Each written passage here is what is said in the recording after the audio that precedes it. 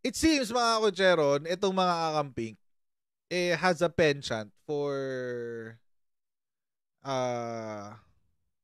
awarding certain people simply because of their politics. Mukhang ganon, mga Kuchero, mukhang ganon. Nakakatawa lang isipin na nangyayari pa rin pala yan ngayon. Example nga natin, itong si Chot Reyes, di ba? Matapos siyang matalo sa Italy kanina. Gilas Pilipinas crashes out of FIBA World Cup after loss to Italy. Wala na, out na tayo sa FIBA. Imagine tayong host, tayong nawala. Saklap, man! Saklap. Tayo na nga yung host, tayo pa yung nawala.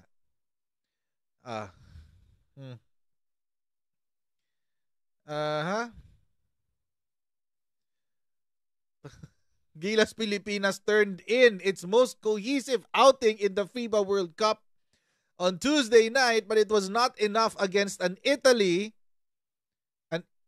side that rediscovered its lethal touch. Wow! Rediscovered its lethal touch? Oh my God!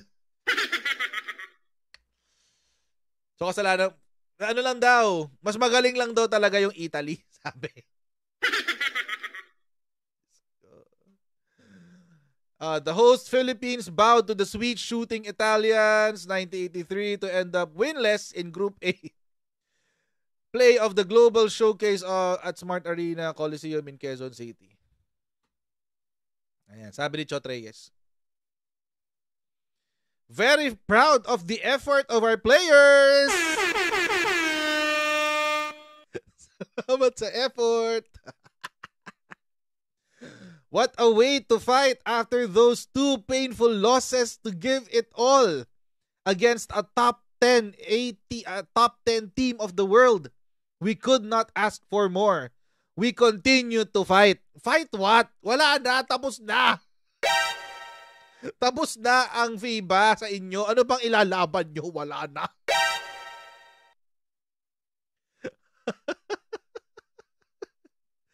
Diba? Parang, what the hell? What the heck are you talking about na fight? Wala na kayo ifa-fight. Tapos na. Ay.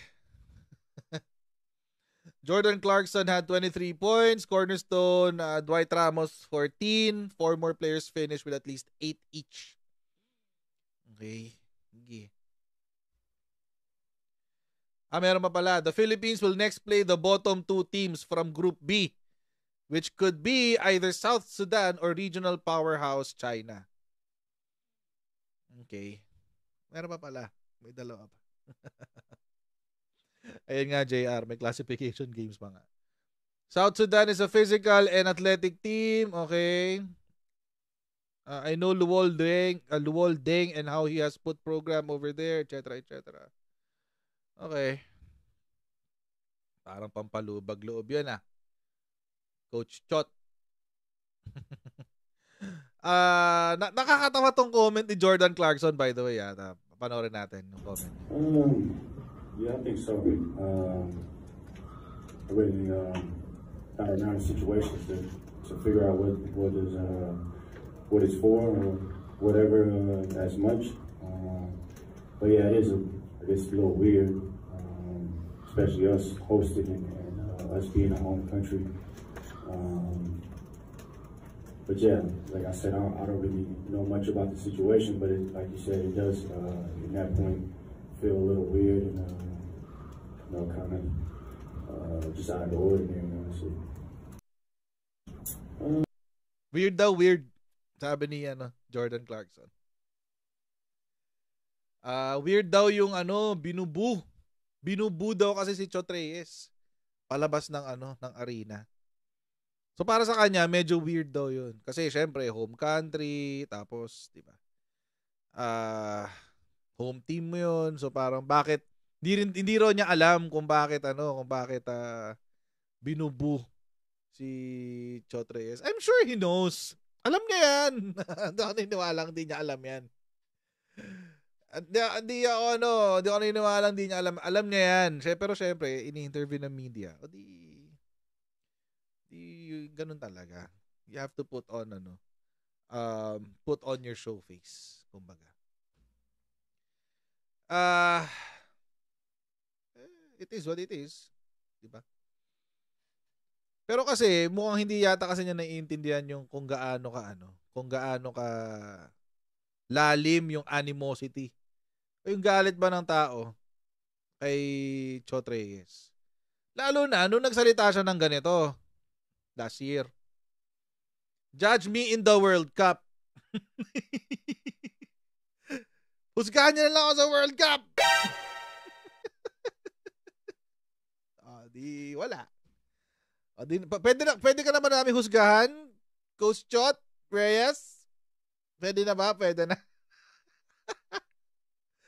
Lalo na nung inawardan ka na na Coach of the Year last year. Pwede na siguro, no? Pwede na i-judge. Hey. Hey, happy show. Happy. Ay, no. Kung ako magko-coach itong Gilas, wala, mas talo to. Di naman ako nagbabasketball eh. Mahilig lang ako manood. Hindi ako naglalaro. Ayan. So, di ba? Coach of the Year yan, partida, guys. Coach of the Year yan. Last year. Tapos siya pa yung nagbitaw ng salita na judge me in the World Cup. Di ba? Yun ang sinabi niya nung binabati ko siya last year sa Asian Games. Doon nyo ako husgahan sa World Cup, sa FIBA World Cup. Ano nangyari sa FIBA World Cup?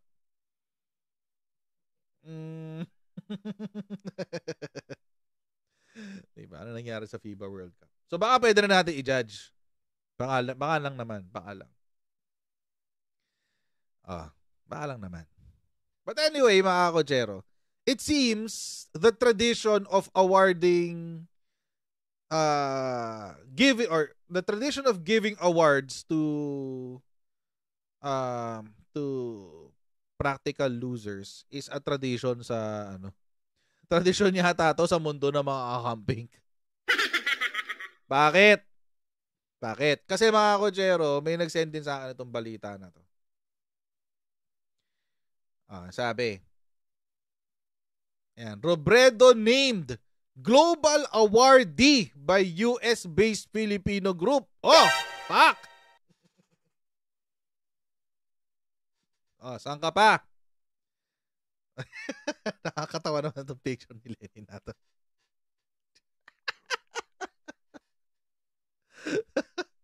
Happy yarn!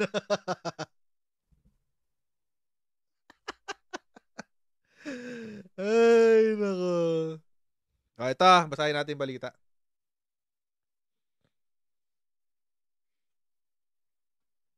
Former Vice President Maria Leonor Leni Robredo was named Global Awardee by the Outstanding Filipino Awards or TOFA on Monday or Tuesday sa Manila. So ngayon. Ang hilig-hilig nyo sa ganito. Mga akamping, ang hilig-hilig nyo magbigay ng mga awards sa hindi deserve. Di ba? Parang sino ba to yung director, Vince Tanyada. Humakot ng award sa FAMAS. Di ba? Dinala pa sa abroad yung nomination. Hindi ko lang talaga alam paano nanalo yun. Siguro walang kalaban. Siguro walang ibang kalaban doon sa category na yun kaya siya nanalo. Di ba? Ang weird eh. Feeling ko tradition talaga nila yan sa grupo nila na nag-a-award sila sa mga tao na hindi naman deserve. Mga losers. Anyway, Robredo rose from congresswoman to vice president, then presidential candidate as if this is an accomplishment to being presidential candidate. It's not. It's not an accomplishment. It's not. Siguro to pa, yung pagiging vice president, congresswoman, yan, may accomplishment yan. Sana hindi lang sinama itong presidential candidate kasi pagmumukha lang first loser si Leni Robredo. First loser. Di ba yun ang sabi nila? Second place is the first loser. Tapos sabi niya, she transformed the office of the vice president into a massive anti-poverty force. Wow! Ang lakas ng puwersa, nakatulong to sa kahirapan ng bansa. Oh my goodness. Sakit sa ulo to. Puro ano yun, no? Parang puro pabulaklak.